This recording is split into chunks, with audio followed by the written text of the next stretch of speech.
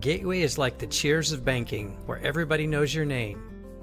You get fast, personal service from a team who knows you and cares about you. When I joined the team that founded Gateway in 2007, we had a vision of building a community bank specifically for locals, run by locals. After over a decade, multiple recessions, and so many changes in the industry, we're proud to still be Mesa's only hometown bank. We specialize in helping local businesses grow with fast, easy financing and convenient banking products that make life simpler. When you work with Gateway, you can count on us for one-on-one attention, fast service from your dedicated banker, creativity and flexibility to meet your specific needs, and a true financial partner for life.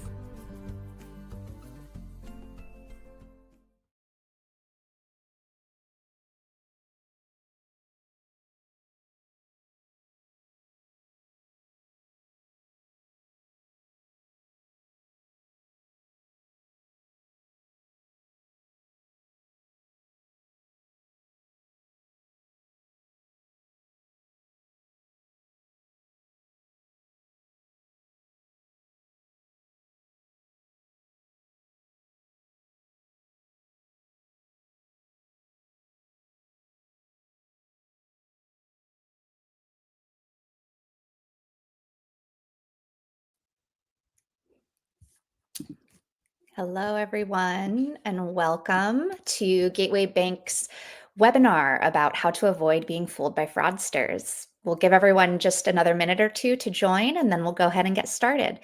I'm joined here by Jennifer Stevens, the SVP and COO of Gateway, and she'll be leading us through our conversation today and sharing with us a bunch of tips, schemes and frauds that schemes and forms of fraud that she's seeing on the front lines and hearing about in the industry, as well as some tips and advice on how to protect yourself. So we'll get started in just a minute here.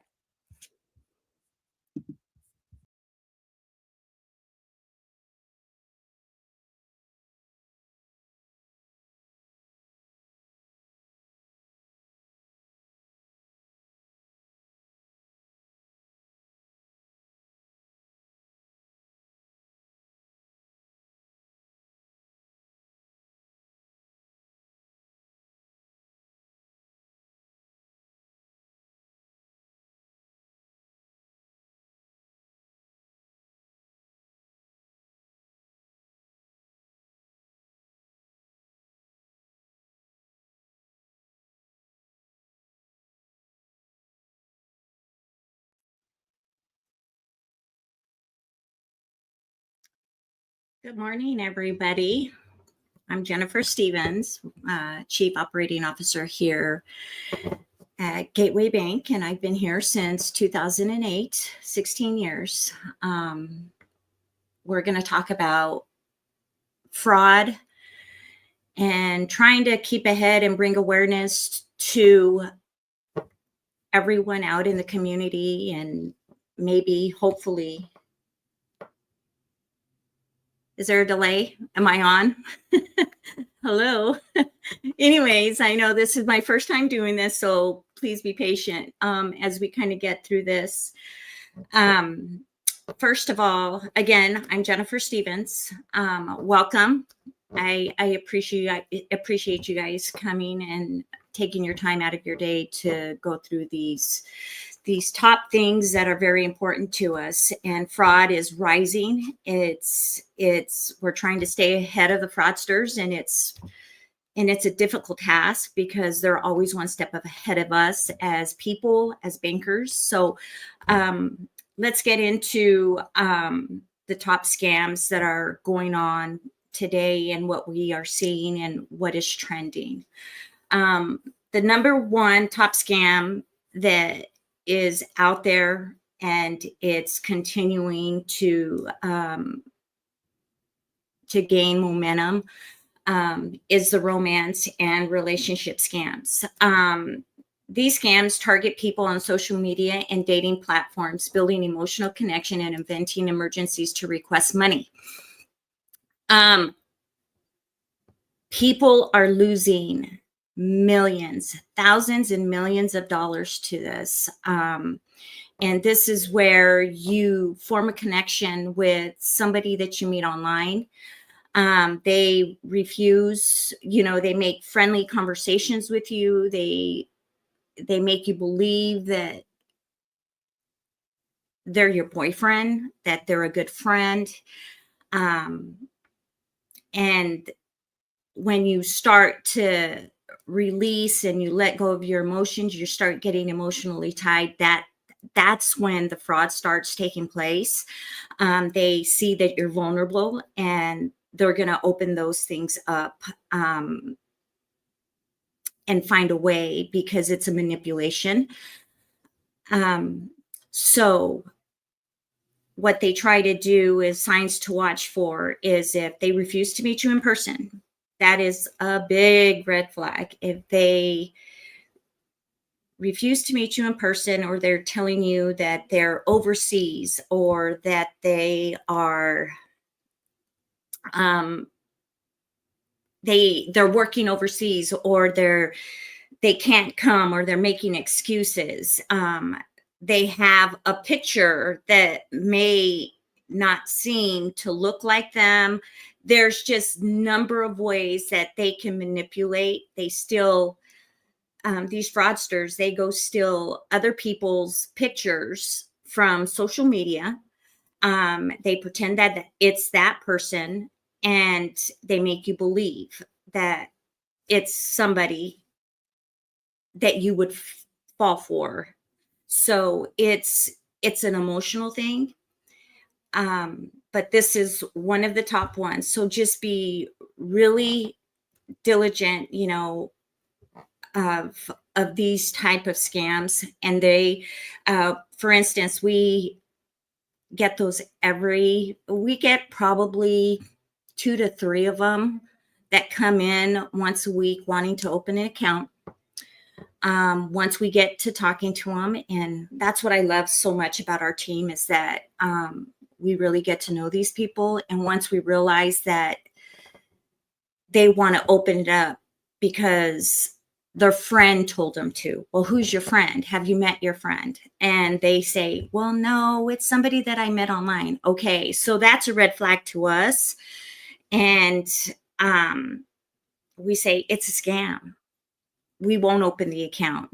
We have caught multiple of them, but we have recently, the end of 2024, in the fourth quarter, we did have someone that it just kind of slipped through us. And this customer, she was, part of a relationship scam, and she ended up losing close to $20,000. And she's responsible for that. Because what they do is they manipulate you so bad, and they scare you, and then they try to use the love tactic. And then from there, they make you give them your account number. Then they fraudulently put money into the account, and then they ask you, take out the money and go put it into cryptocurrency. So all of that stuff, all of those little red flags, it's fraud. But at the end of the day, you are a victim, and you are responsible. So we try to prevent it, but this is why we talk about these things, so we can. So romance relationship scam, that's top one. Number 2, sweepstakes and lottery scams. This one, it was an old trick of the trade way back when, but this one is starting to gain momentum, and people are falling for it, saying that they want a sweepstakes or a lottery. Remember, money isn't, what is that old saying, is that if it's too good to be true, it's fraud. Money just doesn't drop on any of our laps. So if let me see, they'll ask you to pay fees, or if it's taxes up front to claim your reward. You don't pay somebody to get your reward. It just doesn't work. It just doesn't work that way. So be really diligent about these type of scams. Remember, nothing's ever for free. Number 3, investment scams. This is where scammers befriend victims online, build trust, convince them to put money in phony investments or cryptocurrency. Victims may initially small returns, but eventually lose all their funds. Signs to watch for: unsolicited investment advice for online acquaintances, pressure to act quickly on limited opportunities, platforms they're requiring fees or taxes to release the funds. Investment scams. I was just at a conference for the past this past weekend. It was for 3 days, very intense conference, and we had a banker there from California, and she was telling us of a victim that they had, and she was part of an investment scam but they also intertwined the relationship scam with it. And their client, not ours, but that banker's client, lost over $5.5 million. She lost everything, literally everything. And they have been working with the FBI. They've been working with the local authorities. They've been working with overseas FBIs, because a lot of these scammers are overseas. And they want people to invest. They want people to put it in crypto. These scammers want us people to put it in crypto because it's not traceable. You can't get it back. It's like, literally, as I tell customers, be careful when you wire, when you initiate an ACH, because that's money walking out the door. And that's the same thing with cryptocurrency. And don't get me wrong, there's people that invest in cryptocurrency all the time, but remember, it's not regulated. And so getting that money back, it's gone. It's literally gone out to sea. So just be careful with this. If somebody's asking you, that they've got an investment, you're going to make quick money. Remember, again, as I said before, there's not an easy way to make money, and nothing's for free. So, account takeovers. This is where scammers use fake emails, texts, or calls to steal sensitive information by pretending to be from trusted companies or agencies.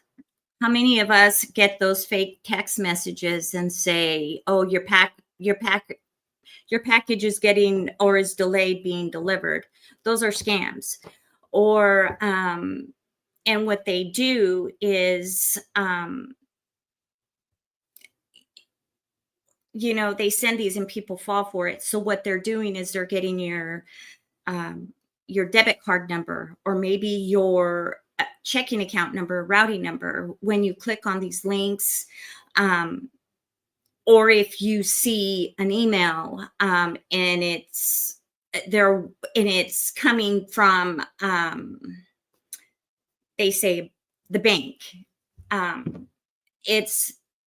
That's ways that is way for people to fall, because they put certain verbiage in the emails or text to grab your attention. Recently as well, because fraud is really hot, and the scammers will try everything and anything. Recently we had another customer, which she fell victim to, or they fell victim to. the scammers pretended to be Gateway. Remember, us as Gateway, we will not call you for your personal information. We will not email you. We will not text you. Yes, we do send text messages for debit cards if there's activity going on and you need to confirm fraud or any of that. We do send those, but we as Gateway will never ask you for your personal information. But anyways, back to my story. The customer is a regular customer, calls us every day. She knows who our voices are.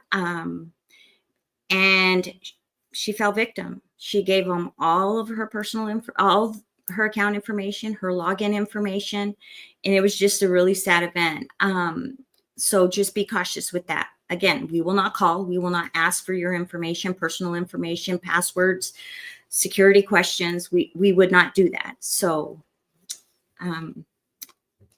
just be careful with that. Account takeovers, fake check scams. Scammers send counterfeit checks, then they tell their victims to deposit them and return the portion of the funds. When the check bounces, the victim is liable for the full amount. Fake checks.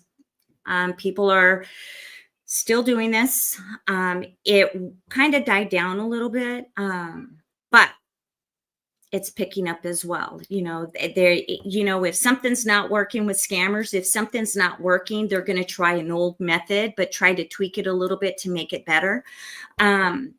But remember, if you don't know the person, don't accept anything from them. If you sell something and people want to send you a check, be without, this is an example too of where kind of this would really fit in, is if you go on and you want to sell something and they want to send you a check without seeing the product. Red flag. And then, people fall for that. They do send the check and then they deposit it. And then without thinking, well, why am I sending this money to XYZ place? It just doesn't work that way. So just be cautious. Who we are accepting checks from. And just some other type of scams is employment scams, where people are looking for employment and they think that and this one really can be really tragic, because there's some people out there that really do need jobs, and fraudsters see that they need a job and they con them into saying that they're going to hire them, but they're going to give them this money as like an advance, and then they deposit it. And then again, it goes back to the check scam stuff. And then it's fraud. Peer-to-peer payments, that would be Zelle payments, Venmo payments, Cash App. Anybody that has those can be fraud. Those do have potential of being fraudulent. There could be fraudulent activity in those as well. So be cautious of who you are sending Zelle payments to, who you are sending Venmo payments to, because they can, once it's gone, and getting the money back is very, there's processes in place, and it can be very hard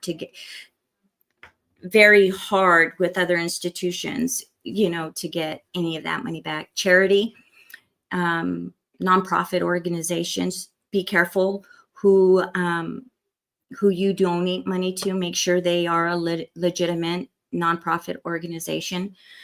Again, package delivery and gift card. Those are, as I said, the text message, where they tell you that they're waiting for your information to deliver your package. Well, if you didn't order something, don't fall for those text messages.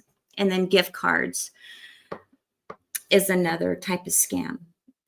People, if they're not asking for it in crypto or send or ACH them money somewhere else, they'll request it in gift cards.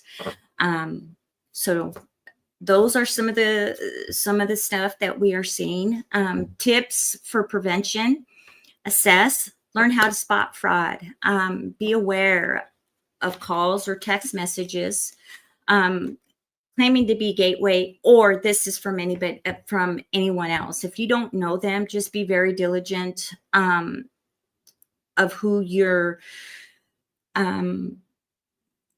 dealing with or talking to. Again, this goes back to Gateway. We will never ask you for information through text messages or phone calls. Let's see here. Tips for prevention: avoid, set up safeguards to stop fraud before it starts.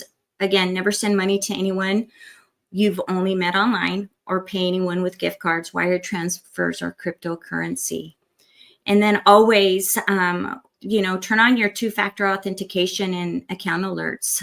Those are a really good way to stop any type of fraud of happening. Electronic delivery for your statements and important documents. We highly suggest that you do sign up for those and important documents, because mail fraud is another thing. That's where they capture people's checks. That's where they wash them. That's where they, businesses especially, they send out their bills, and fraudsters capture account information or checks, and they go wash it, and then they pass it through their account, and they write checks, they change the amount. There's just so many things that these fraudsters do. I always think, if you're smart enough to do this, go get a real job. That's my opinion. It's frustrating a lot of times, because you see people fall victim to this stuff, and we try our best to take care of our customers, but sometimes it's just out of our hands. There's only certain things that we can do, and that's one reason why I wanted to do this today, is just to bring awareness, and to know that they're lurking everywhere. Fraudsters, scammers, they are lurking everywhere, behind your email. Any opportunity they find, they're going to jump on it. So anyways, I'm sorry. We'll get to that a little bit later too, if we have any questions. For any business customers, to prevent any check fraud or anything, that's, we have positive pay, and it's not a cost. It is a little bit time consuming, but we highly advise it, because if you don't check your statements and you're a month or two behind on your statements and you're balancing, and you don't see it for 2 months, remember, we have time frames. We have time frames of when we can dispute an item. So, and with positive pay, it's actually in real time. You see those items coming through that were issued. But that's one way to safeguard you and protect yourself. Number 3, act. If you notice anything suspicious, act quickly. A lot of our customers are really good. If they notice anything that's different, out of sorts, they call us immediately. And that's what this is, act. Call Gateway, or if you have another institution, call them right away. Let them know, that fraud's happening, or you see fraud, or something doesn't seem right. Even if you're suspicious and you want somebody to talk to, or you don't know where to turn, call us. We'll give you that advice. You said, hey, listen, we got a phone call. I got a phone call, or I got this weird text message. Did you guys send it? Or, always call. We're not here to,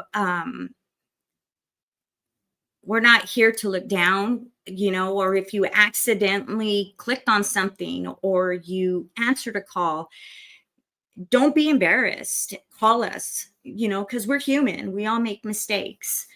Let's see here. Call Gateway and other institutions if you were okay. Check your account at least a few times each week to make sure you recognize all your transaction. Again, like I said, it's best to check them regularly to make sure. I know I'm always checking because I'm always checking our accounts because I'm just really weird because I see fraud happening and debit cards, credit cards. I have alerts everywhere. And then also another good place to do is if you think you became a victim, call a credit bureau. If you gave your social security out that you shouldn't have, your social security number out, call a credit bureau, place those alerts. That's what it's there for, and there's so many useful tools out there to help prevent. But remember, if it's too good to be true, it's fraud. What to do if you've been targeted? Stop any suspicious communication. Stop any suspicious communication immediately. Don't answer calls or open emails or links or respond to anything. Call us immediately to stop further unauthorized transactions. Change passwords for any compromised accounts and accounts that use the same password. I'm going to talk a little bit more about the password thing. I know a lot of us, we have a lot of programs that we use, a lot of passwords that we use. And hit save password is very simple because we think in our mind, well, I have so many passwords, I don't want to remember it. It's too much. So I'm just going to save the password. That's a big no-no. Let's not do that. Try to get out of the habit of saving your passwords, and let me tell you why. If you click on a link in an email and you respond, that is where the fraudsters are behind. They have a way of capturing your information and they can get into your computer. If you click a link, you give them your information, they can take control, but you don't see that they're taking control. They're just all in the back looking at all your activity. And if you save your passwords,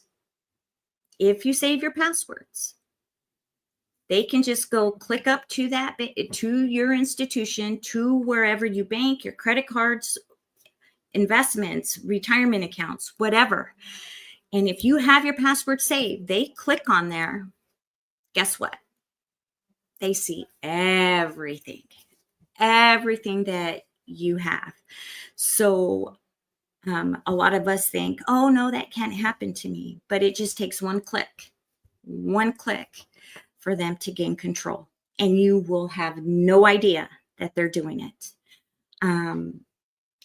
That's where, businesses, we see businesses that they deal with people all the time. They're sharing account information, through email. They get hacked. Invoices, they'll send fake invoices. The customer thinks, oh, I have that invoice, I got to pay that company. But actually they go in and manipulate the numbers. The business owners or people send money to them. It's gone. It's fraud. So, but anyways, if you think that you've been a target of any sort of scam, please report the incident with the following. You can report it to us and then we'll follow the protocol to report it otherwise. But, a lot of times people are embarrassed to even call us. But, on your own, you can contact the FBI Internet Crime Complaint Center. You can call the Federal Trade Commission, the Arizona Consumer Protection Office, AARP, Fraud Support Group. They have a really good support group out there to where they a lot of good information. And the Better Business Bureau Institute Research. They're really stepping up their stuff too and have a lot of information on that. You can report it to them as well.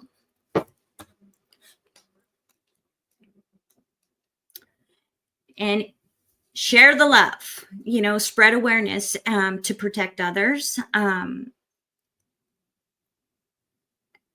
That's one reason why I really wanted to do this webinar, is because I'm very passionate about it, because I really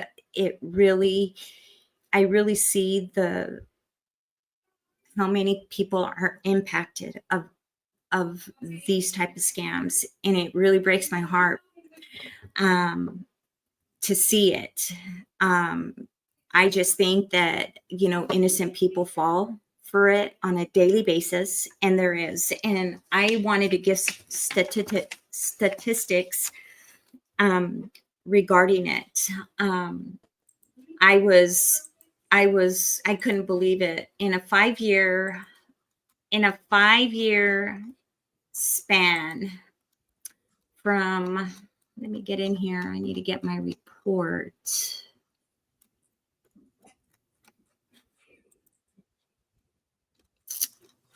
Let's see here.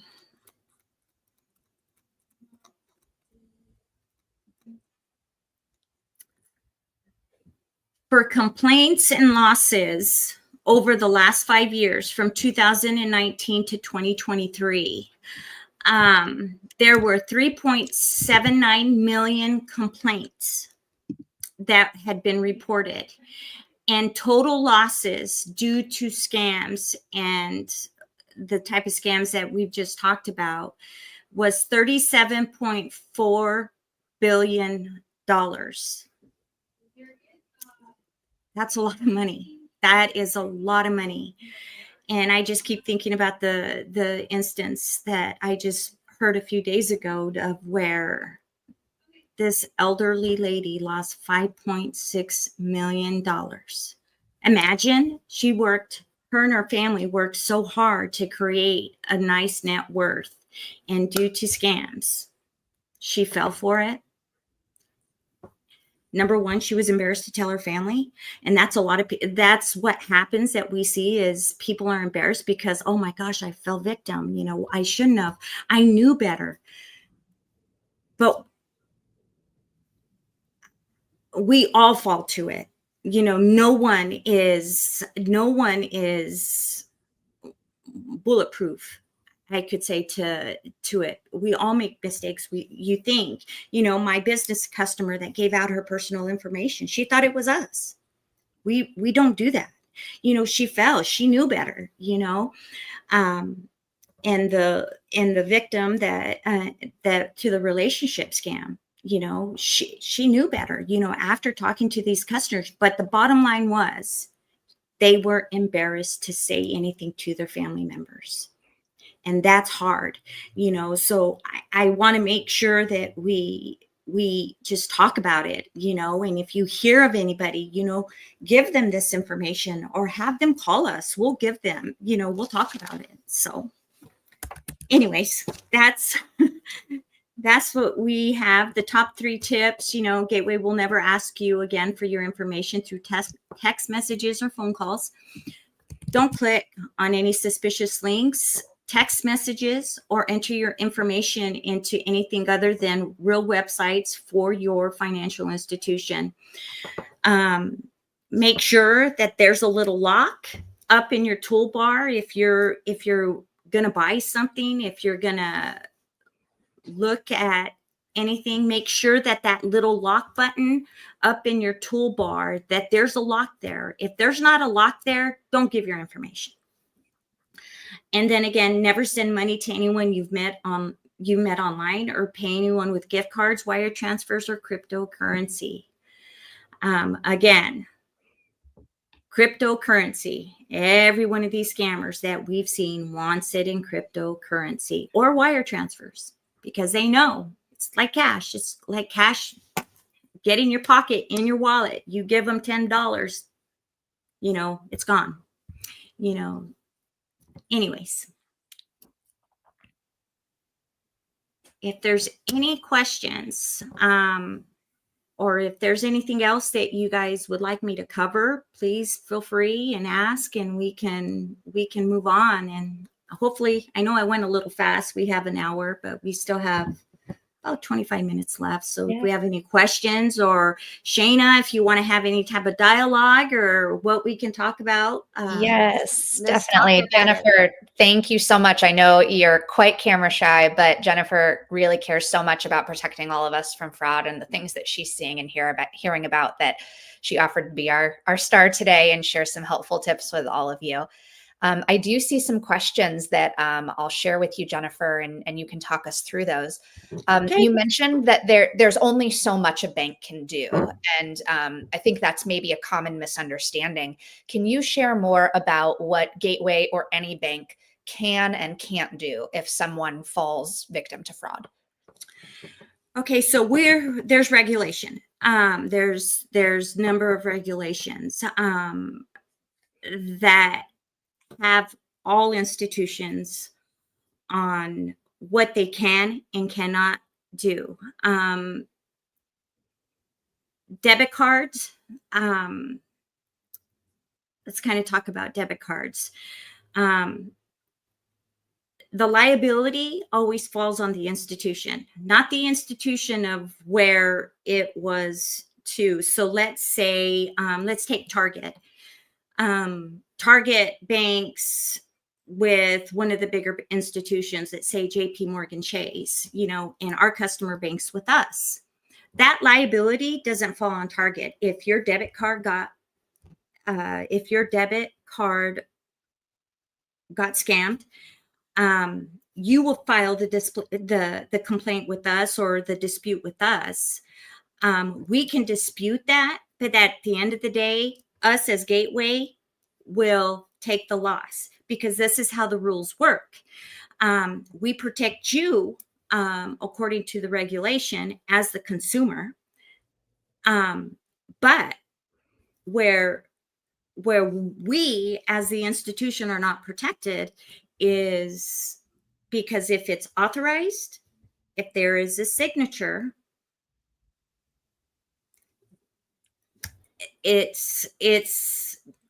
those are the rules by Visa and MasterCard. If there's a rule, the card was present and there was a signature, those can't be disputed.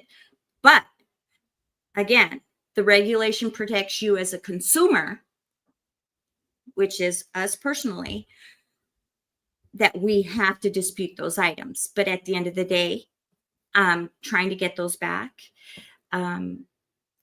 is very hard. Let me see, checks. We typically, for check fraud, we can go up to a year depending of when it cleared. But we like to know right away, just so we can stay on top of it. But I'll tell you, I'll be really honest with you. Our biggest battle is fighting with the four major institutions, because they don't want to take the loss, and they think that they have power over us smaller institutions, and they don't. And I will be the first one to say they don't abide by the regulation the way that we do, and they should. So our biggest battle, and that's why we ask, if you see fraud right away, if you see a check being presented today, as we had a customer this morning, call us and say, there's a fraudulent check coming through our account. I see it, memo posting. What can we do about it? I said, we'll put a stop payment on it. We can return it first thing tomorrow. And that's a quicker way, because if you see it trying to clear your account today or even tomorrow, We have no later than Monday to send that item back. But if it has already posted and it's past that 24-hour period, then we have to deal with the institution, and that can take months. I just was disputed. Here 2 weeks ago, I had an incident. It was check fraud. Customer caught it, but it was past that 24-hour period of noticing it memo post. I started the dispute process with the other institution, which it was a major institution, in August.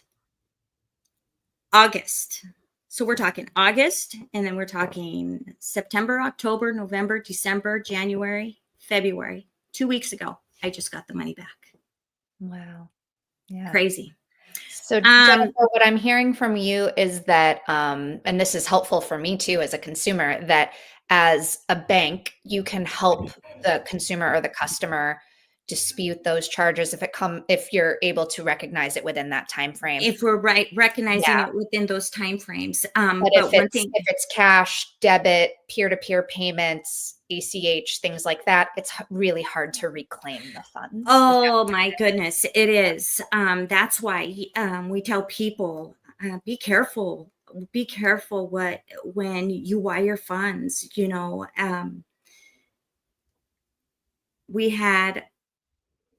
This was about a year ago. We had a customer fall victim to an email fraud, and they wanted them to wire the funds because that email pretended to be one of their vendors. And they called us, hey, I need to wire this funds. I need to wire these funds out. It was the next morning. We wired the funds out. It was the next morning. We called the institution. Do you still have those funds? And they said, fortunately, we do, but we don't have all of it. Mm. So we were able to recoup a little bit of it. But again, once it's gone, a wire's gone. You send it out now. Within the hour, the other institution receives it. But remember, fraudsters and these scammers work fast. The minute that they see that coming in, that money's gone. Uh-huh. So they're always that one step. They're always looking. They're always scrolling. They're always looking at all this stuff. Yeah. And it's just diligence, awareness is what I can bring. So when it's cash, excuse me, ACHs, there's a little bit of leeway with the ACHs. And that is a timing issue as well. We do have, like I said, we do have regulations that we have to abide by, and we have to protect our consumers the best way that we can. Definitely. And speaking of that, Jennifer, one other question, last question from the audience. You've mentioned that there are some differences between the way some of the bigger banks handle things in a community bank. What are some of those differences in the way that they handle fraud? And is that something to consider when choosing a bank? How can I say this and be very, very... Perhaps you can tell us the benefits of working with a smaller bank. Okay, that's better, Shayna. Let's do it that way because, I've been in this business for 29 years. Yeah. It's a very long time, and I have seen things evolve. And what I can say, when I got into community banking long ago and, traveled all over the place, my passion is community banks. And this is the number reason why, because you, the customer, is what we take pride in, and what we love to work with is people like you guys. We care. We're a phone call. You'll hear our voice. We have the same products that those bigger banks. But that's what I can give you, is that you're going to get that relationship. Yeah. I can And call that's, Jennifer if I have an issue instead of an 800 number and hope that I reach someone who can help me. you want to be on hold all day? Go for it. Go for it. Go for it. Because that's what it is. Or Yeah. you're going to be transferred 10 to 20 times because nobody knows what's going on. We don't, when James built this bank, and this is what I love about James, is that it's personal. It's personal. And when you get to the bigger banks and the bigger institutions, it's not personal. We hear it every day, every day. But in terms of fraud, I just think, and this is just my opinion, in my opinion only, and people who know me I will say it black and white, but this is my opinion, in my opinion only. The bigger banks are on such a fast pace and so wanting to make that money, and that retail money through fees and through fees and all that stuff. They've lost their care, and they've lost their care for not only you as people, consumers, but us as bankers as well. And we fight with them. I fight with them on a constant, because they don't do things the way that we are supposed to, and they can get away with it because they have, number one, they have money. They'll take you to the litigation. They don't care. That's a dime in the, drop in the bucket to them. And they know that us smaller institutions aren't going to fight because they think that we don't have a fight. We don't have a say. But after this conference, I know that a lot of the regulators, they know that it's a problem. It's a big problem amongst all community banks. So.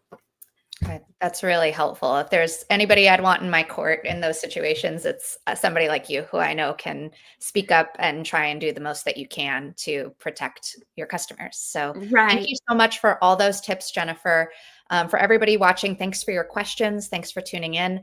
We'll be sharing the recording of this webinar on YouTube and on our website, gcbaz.com, as in Gateway Commercial Bank, in AZ, Arizona.com. Feel free to reach out with any additional questions too. You're welcome to visit the website or give us a call, and Jennifer will even be one of the people answering. So thanks, everybody. Sorry, Shane, I didn't mean to interrupt you, but I do want to take your time. I am very camera shy. You see me one-on-one in the office. It's not like that. But when it comes to being in front of the camera, I am kind of camera shy. But I do want to thank everyone for taking your time out today to just kind of hear my insights, see what I see. But I truly do want you all to know that we do care. And if there's anything we can help you with, pick up that phone, give us a call, send us an email. We'll get it answered for you. Thank you. Thank you so much, Jennifer. Thanks to everybody for tuning in, and we hope to see you soon. Bye-bye. All righty. Bye-bye.